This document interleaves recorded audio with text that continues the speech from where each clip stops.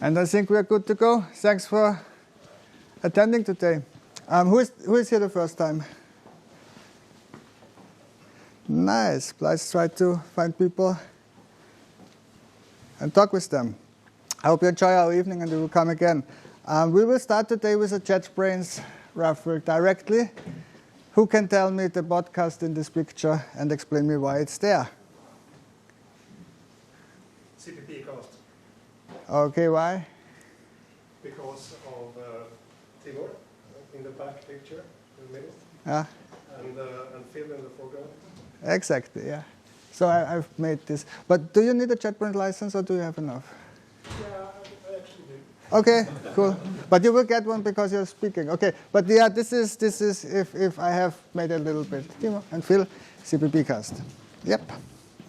Cool. Gratis Björn. Today, NetInsight. Thanks for being here again. Thank you. Pro sponsor in our Pro Sponsor network. Thanks for the support. You will hear a little bit about NetInsight after my intro. C++ news. Does anyone have some C++ news? No?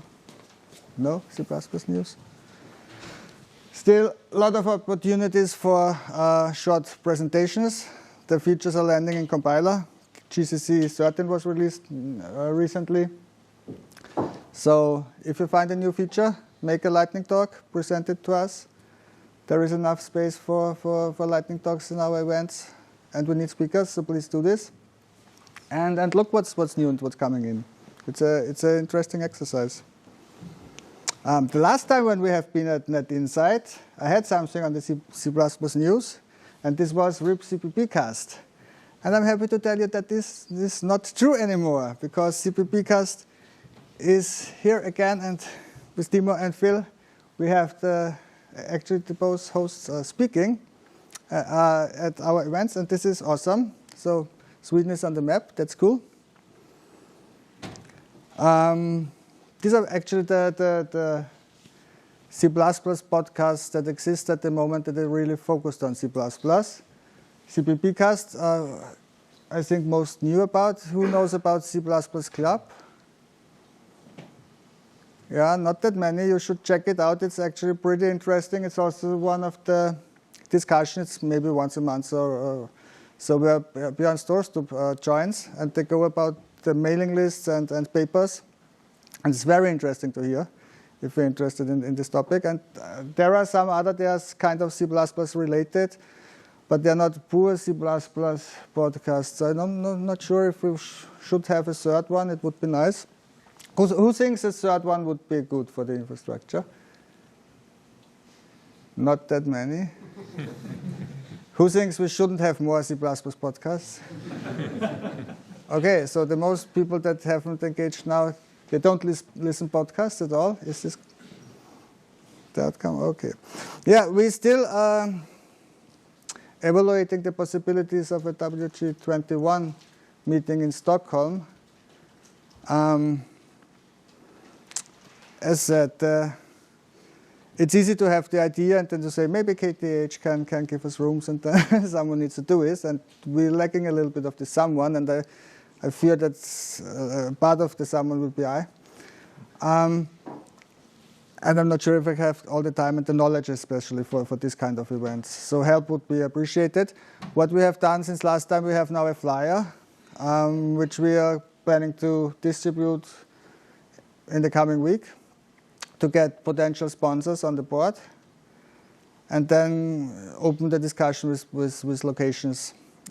But if anyone here has in your network at your company knows how to make these kind of events, a group of 150 people for 6 days, getting a location, we need 2 times a big room with up to 150 people, and then about 6 rooms with the breakout groups.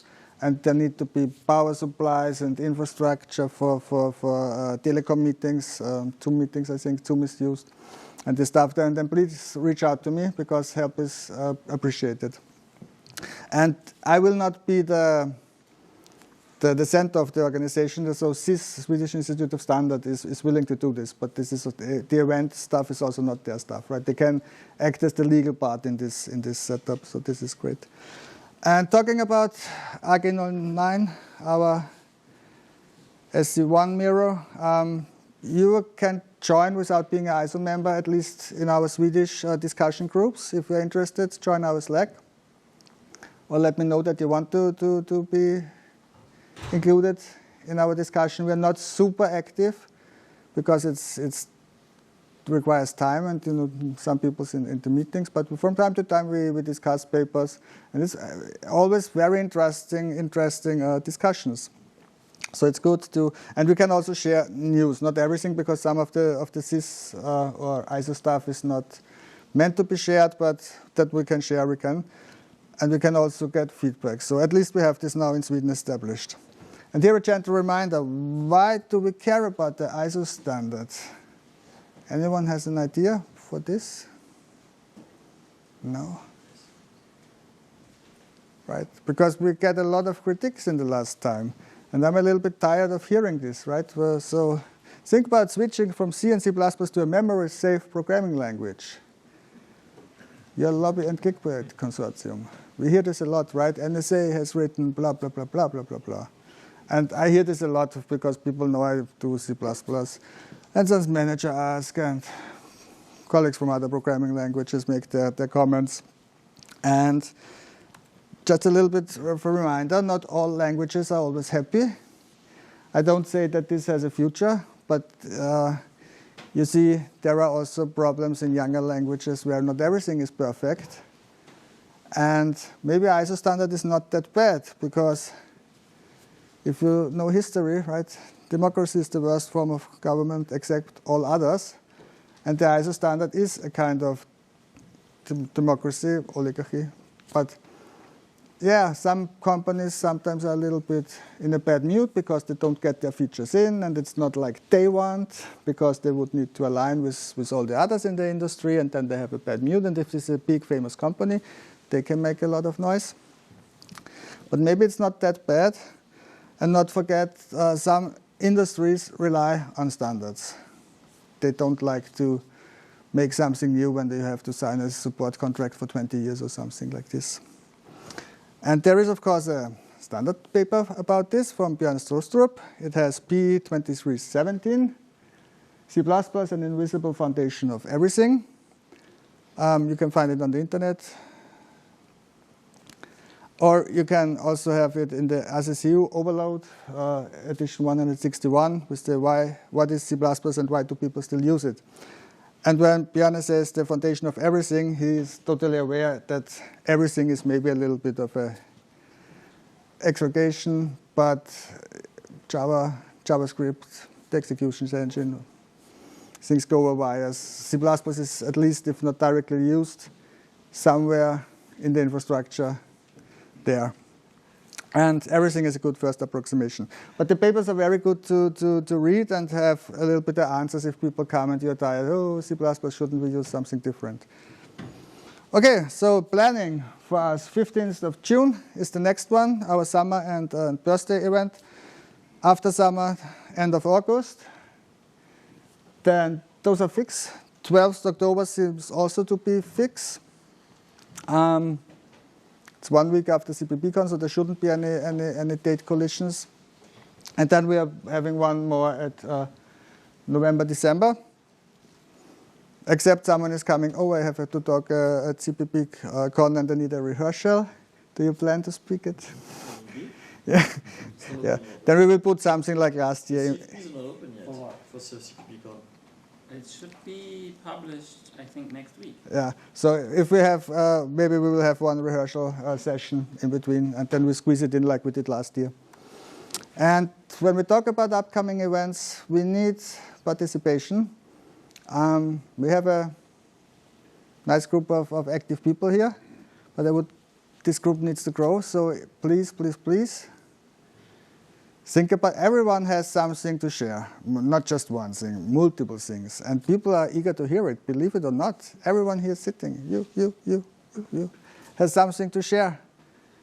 And you just need to do it. And then you stand here, get a little bit of practice, speaking in front of people. If you need help, I can act as a mentor and help you.